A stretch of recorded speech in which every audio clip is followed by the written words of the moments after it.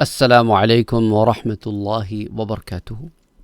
چاہے ماہ ربیع الاول ہو یا سال کا کوئی بھی مہینہ ہو، کوئی بھی دن ہو، شان محمد مصطفیٰ صلی اللہ علیہ وآلہ وسلم کا بیان کرنا، عظمت محمد مصطفیٰ صلی اللہ علیہ وآلہ وسلم کا بیان کرنا ہر امتی کا کام ہے۔ کچھ لوگ اسے صرف ربیع الاول تک خاص کرتے ہیں، کچھ اسے 12 ربیع الاول تک خاص کرتے ہیں۔ میں سمجھتا ہوں یہ خاص نہیں ہونا چاہیے، یہ ذکر سارا سال ہونا چاہیے اور اس مہینے میں خاص ہونا چاہیے۔ اور ان لوگوں کی بھی نفی کرتا ہوں کہ جو سارا سال تو خاموش بیٹھے رہتے ہیں، ماہ ربیع الاول کا آغاز ہوتے ہی ان کے پیٹ میں مروڑ شروع ہو جاتی ہے اور ان کو سوائے اس کے اور کچھ نہیں سوچتا کہ معاشرے میں ربیع الاول کے نام پر کیا کیا غلط ہو رہا ہے۔ جو معاشرے میں غلط ہو رہا ہے اس پر بات کرنے سے آپ کو کوئی منع نہیں کرتا۔ غلط کو غلط کہنا ضروری ہے کہ لوگ سازوں کا استعمال کر رہے ہیں، نعت میں بے ادبی اختیار کر رہے ہیں اور ربیع الاول کی نام پر عجیب و غریب سے حرکات و سکنات کرتے نظر آتے ہیں، ان کی مذمت لازم ہے۔ لیکن مسئلہ یہ ہے کہ یہ صرف اس کی مذمت نہیں کر رہے ہوتے، یہ ہر شے کی مذمت کر رہے ہوتے اس بہانے کے تحت، اور اپنے پلیٹ فارم سے عظمت رسول اللہ صلی اللہ علیہ وسلم بیان نہیں کر رہے ہوتے، بس شور ہوتا ہے۔ شور ایسا ہوتا ہے کہ بس جیسا کہ کوئی ان سے بڑا عمل کرنے والا دنیا میں پیدا ہی نہیں ہوا، بس انہی کا مکتبہ فکر جو ہے بس وہی ہے اور باقی کسی کو تو کچھ پتہ ہی نہیں ہے۔ اسی طرح کے ایک دو لوگ ٹکرا گئے، کہنے لگے کہ بھئی یہ جو آپ لوگ اتنا اہتمام کرتے ہیں تو یہ اہتمام کو ثابت کریں۔ میں نے کہا آپ نے قرآن پڑھا ہے؟ کہتے ہاں پڑھا ہے۔ میں نے کہا پھر سمجھا نہیں۔ کہتے کیا مطلب؟ میں نے کہا حضور صلی اللہ علیہ وآلہ وسلم کی آمد کا اہتمام کرنا تو یہ تو اللہ کی سنت ہے۔ کہنے لگے کیا مطلب؟ میں نے کہا بات بڑی واضح ہے کہ حضور کی آمد کا اہتمام اللہ کی سنت ہے اور اس اہتمام کے لیے جمع ہونا انبیاء کی سنت ہے۔ بات انہیں پھر بھی سمجھ میں نہیں آئی۔ میں نے کہا آپ کو سمجھ میں آئے گی نہیں، کیونکہ آپ کے ہاں حضور کی آمد کا اہتمام ہی نہیں ہے، نہ آپ نے کیا نہ آپ کے بڑوں نے کیا۔ تو آئیے آپ کو قرآن ہی سے اہتمام بتا دیتے ہیں، اور یہ اہتمام تب شروع ہوا جب ابھی بشریت کے تقاضوں پر بھی نہیں اتری تھی، لیکن انسان تھا۔ هل أتى على الإنسان حين من الدهر لم يكن شيئا مذكورا۔ انسان تو تھا۔ عالم ارواح سے میرے پاک پروردگار نے آمد مصطفیٰ کا اہتمام کیا۔ آپ کو سورہ آل عمران میں لے چلتے ہیں، آیا نمبر 81 میں، جس میں اللہ تعالیٰ اہتمام کیسے فرماتا ہے، وَإِذْ أَخَذَ اللَّهُ مِيثَاقَ النَّبِيِّينَ لَمَا آتَيْتُكُم مِّن كِتَابٍ وَحِكْمَةٍ ثم جاءكم رسول مصدق لما معكم لتؤمنن به ولتنصرنه قال أقررتم وأخذتم على ذلكم إصري قالوا أقررنا قال فاشهدوا وأنا معكم من الشاهدين۔ تو اور یاد کرو جب اللہ نے نبیوں سے وعدہ لیا کہ تمہیں کتاب اور حکمت عطا کروں گا، لما آتیتکم من کتاب و حکمت ثم جاءکم رسول مصدق لما معکم، پھر تمہارے پاس وہ عظمت والا رسول تشریف لائے گا۔ یہی تو حضور کی آمد ہے۔ سمجھ رہے ہیں آپ؟ اللہ عز و جل نے عالم ارواح میں یہ اہتمام کیا کہ تمام انبیاء کی ارواح کو جمع کر کے ان سے عہد و پیمان لیا کہ تمہیں کتاب بھی دوں گا، حکمت بھی دوں گا، لیکن یہ سارا انتظام کیوں ہے کہ جب تمہارے پاس محمد مصطفیٰ صلی اللہ علیہ وآلہ وسلم کی آمد ہو، مصدق لما معکم، اور وہ جو تمہیں کتابیں دی گئی ہیں انہیں تصدیق کرنے والے ہوں گے، لَتُؤْمِنُنَّ بِهِ، تو تم پہ لازم ہے کہ تم ان پر ایمان لانا، وَلَتَنْصُرُنَّ، اور تم پر لازم ہے کہ ان کی مدد کرنا۔ اور اسی پر اکتفا نہیں، اللہ نے فرمایا اَأَقْرَرْتُمْ وَأَخَذْتُمْ عَلَىٰ ذَلِكُمْ إِصْرِي، اے انبیاء کیا تم نے اس حکم کا اقرار کر لیا اور اس اقرار پر میرا بھاری ذمہ لے لیا؟ تو سب نے عرض کیا قالوا اقررنا، ہم اس کا اقرار کرتے ہیں۔ اللہ نے فرمایا تو اب ایک دوسرے پر بھی گواہ بن جاؤ۔ قال فاشهدوا وانا معكم من الشاہدین، اور میں خود بھی تمہارے ساتھ گواہوں میں سے ہوں۔ میں کہا تمام تو موجود ہے، قرآن اس بات پر دلیل ہے کہ حضور کی آمد پر اللہ نے اہتمام کا انتظام فرمایا، اور اس اہتمام کے انتظام پر لبیک کہنے والے انبیاء تھے۔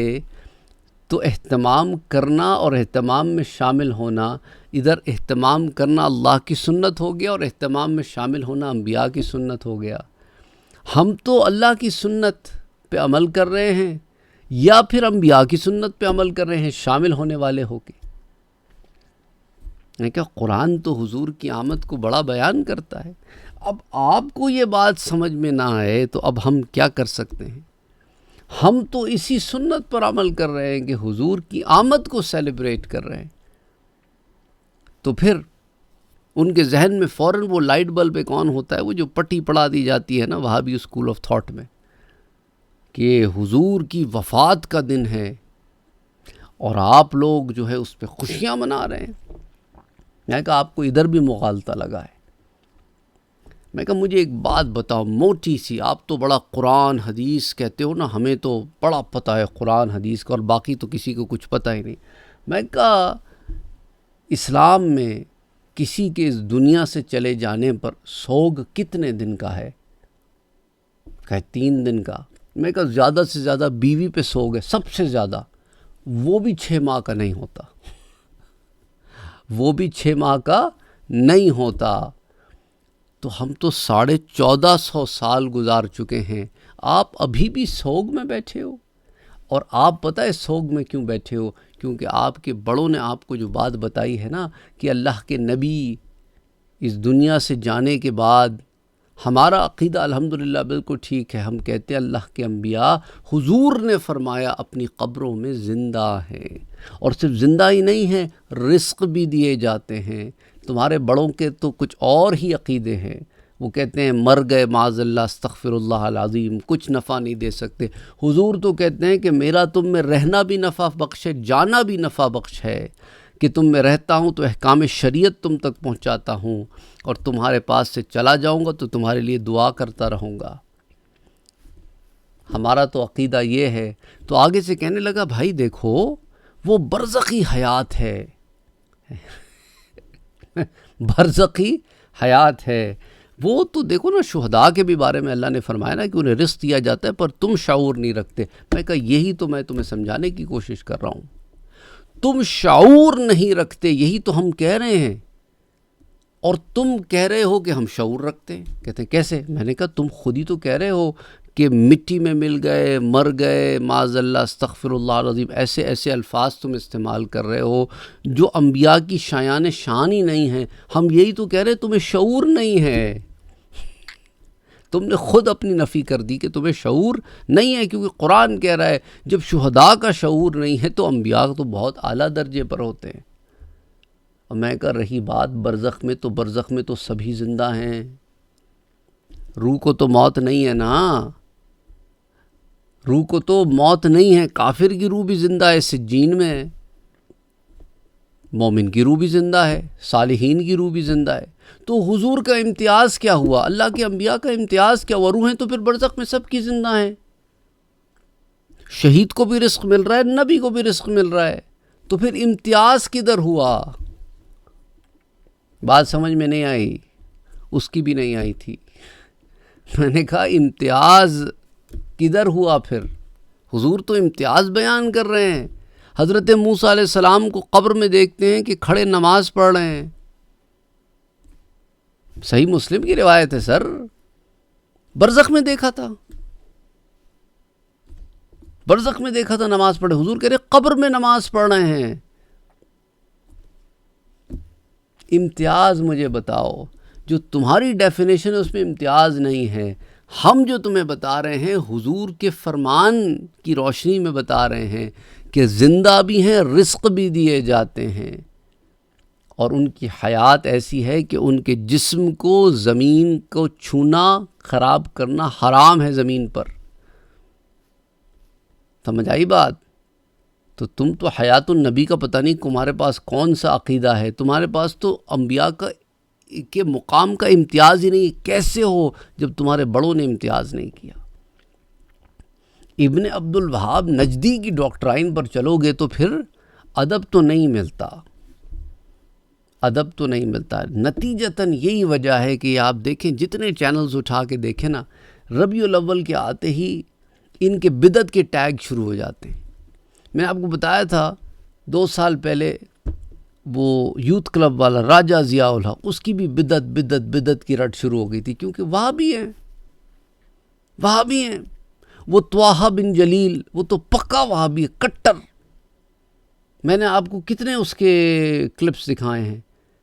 اولیاء کے بارے میں ایسی گھٹیا زبان استعمال کرنا کہ میں انہیں نمک والا پانی پلا دیتا ہوں، پھر دیکھتا ہوں پیشاب کیسے روکتے ہیں۔ استغفر اللہ العظیم۔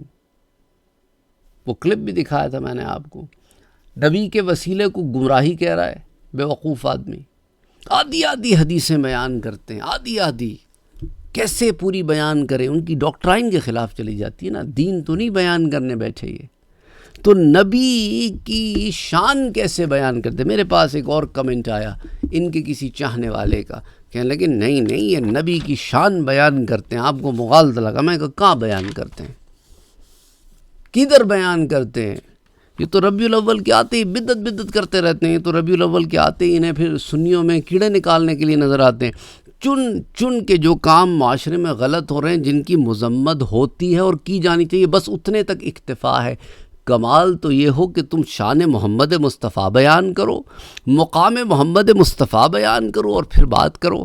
پھر وہاں انہیں پتہ ہے کیا یاد آتا ہے؟ پھر وہ حدیثوں میں وہ چن کے لے کے آتے ہیں، البانی نے اسے ضعیف کہا ہے، اور فلانے نے اسے یہ کہا دیا ہے، اور زبیر علی زئی نے اس کے اندر اس کی سند میں فلاں راوی۔ یہ نکتہ چینیوں میں ٹیکنیکلٹیز میں پڑ جاتے ہیں بیچارے، کیونکہ شان بیان کرنے موت آتی ہے ان کو، اور جہاں کچھ نہیں کر پاتے وہ حدیث کا مطلب بدل دیتے ہیں، یا اس کو اتنا اوور سمپلیفائڈ کر کے بتاتے ہیں کہ نہیں جی بھائی کوئی ایسی بات نہیں ہے جیسے آپ سمجھ رہے ہیں، بس وہ کچھ ایسی بات نہیں ہے، وہ ویسی بات ہے، بس ایسے کر کے اوپر سے نکل جاتے ہیں، کیونکہ وہاں پر بس نہیں چلتا۔ لیکن بدعت تو میں نے اس لیے آپ کو طواہا بن جلیل کے جو باس صاحب ہیں نا، راجہ ضیاء الحق، انہوں نے جو بدعت فوبیا ان کو ہو گیا تھا نا، اس کا میں نے جواب دیا۔ وہ بات بھی ان کو سمجھ میں نہیں آئی، کہنے لگے نہیں وہی ٹھیک کہہ رہا ہے۔ میں نے کہا پھر تم سے بڑا بے وقوف کوئی نہیں ہوگا کہ یہاں حدیثوں کے ہم نے انبار لگا دیے ہیں، تمہیں وہی ٹھیک لگ رہا ہے؟ نہیں، اچھا خاصا برین واش ہوا ہے تمہارا۔ وہی ٹھیک کیسے ہو گئے؟ کیونکہ وہی بات ہے نا، وہ جو میں نے آپ کو مثال دی تھی گدھے والی، کہ بس گھاس نیلی ہوتی ہے، بس کوئی یہ کہنے کو والا مل جائے کہ نیلی ہوتی ہے تو بس خوش ہیں، کوئی کہہ دے ہری ہوتی ہے تو بگڑ جاتے ہیں۔ ان کا حق سچ ماننا مقصد ہی نہیں ہے۔ ان کا مقصد کیا ہے پھر؟ ان کا مقصد وہی ہے کہ بس اپنی ہی کریں، یا حدیثوں کے انبار لگا دیں، آپ قرآن سے دلائل دے دیں، لیکن وہی ابن عبد الوہاب نجدی ڈاکٹرائن چلتی رہتی ہے ان کی۔ انا للہ و انا الیہ راجعون۔ اس لیے ان کے ہاں سے آپ کو نہ مناقب ملیں گے، نہ معجزات، نہ کرامتیں ملیں گی۔ پیارے نبی صلی اللہ علیہ وسلم کی شان میں بیان ہی نہیں ہے بھائی۔ کہ باتیں ہیں بیان نہیں ہیں، سارا کے سارا زور عمل پر ہے، محبت پر ہے ہی نہیں، حب رسول پر کوئی بات ہی نہیں ہے، روحانیت پر کوئی بات ہی نہیں۔ روحانیت کو تو پتہ نہیں کیا سمجھتے ہیں، کہتے ہیں کوئی باہر، اسلام سے باہر کی چیز ہے سمجھتے ہیں روحانیت، اور قرآن سے دلیل لا کے دے دو انہیں، تصوف کی دلائل قرآن سے لا کر ہم نے دے دی ہیں انہیں، کہتے ہیں نہیں نہیں آپ نے قرآن کی آیت کا مطلب بدل دیا۔ اللہ اکبر اللہ اکبر اللہ اکبر۔ بندہ پھر کس کس بات کو روئے، کس کس بات کو روئے۔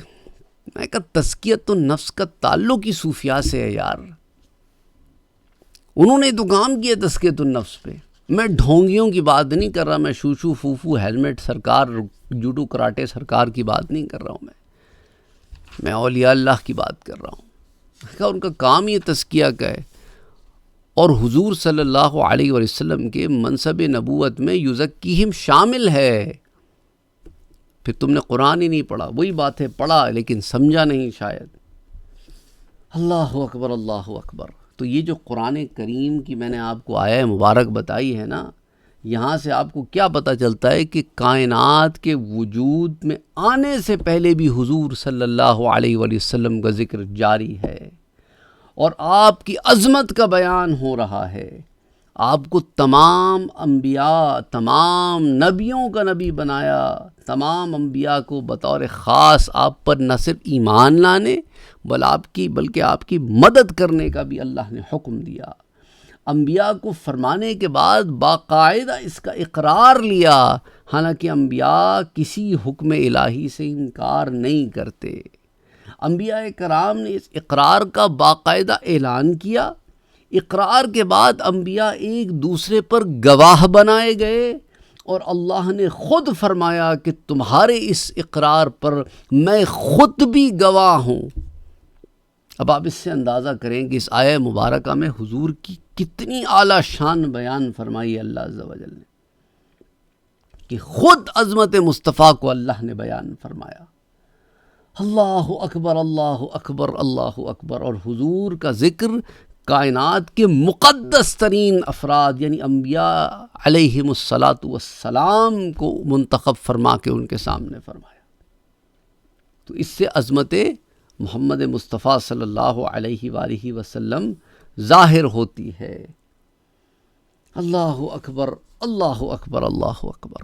بہرحال انشاءاللہ تعالی اگلی مجلس میں کچھ اور باتوں کے ساتھ حاضر ہوں گا۔ بتانا آپ کو یہ مقصود تھا کہ یہ جو شور کرنے والے لوگ ہیں نا، ان کی ابھی اسی وقت ہی رگیں پھڑکتی ہیں، ذکر مصطفیٰ ہوتا نہیں، شان مصطفیٰ ہوتی نہیں بیاں، کرامت محمد، معجزات محمد مصطفیٰ بیان نہیں ہوتے، حضور کی عظمت بیان نہیں ہوتی۔ ہاں، عظمت بیان کرنے والوں پر نکتہ چینی ضرور کرتے ہیں۔ اس لیے میں نے آپ کو یہاں مثال سے سمجھا دیا، ویسے تو ڈھیروں مثالیں قرآن میں موجود ہیں۔ آج کے لیے میں سمجھتا ہوں اتنا ہی کافی ہے۔ السلام علیکم ورحمۃ اللہ وبرکاتہ۔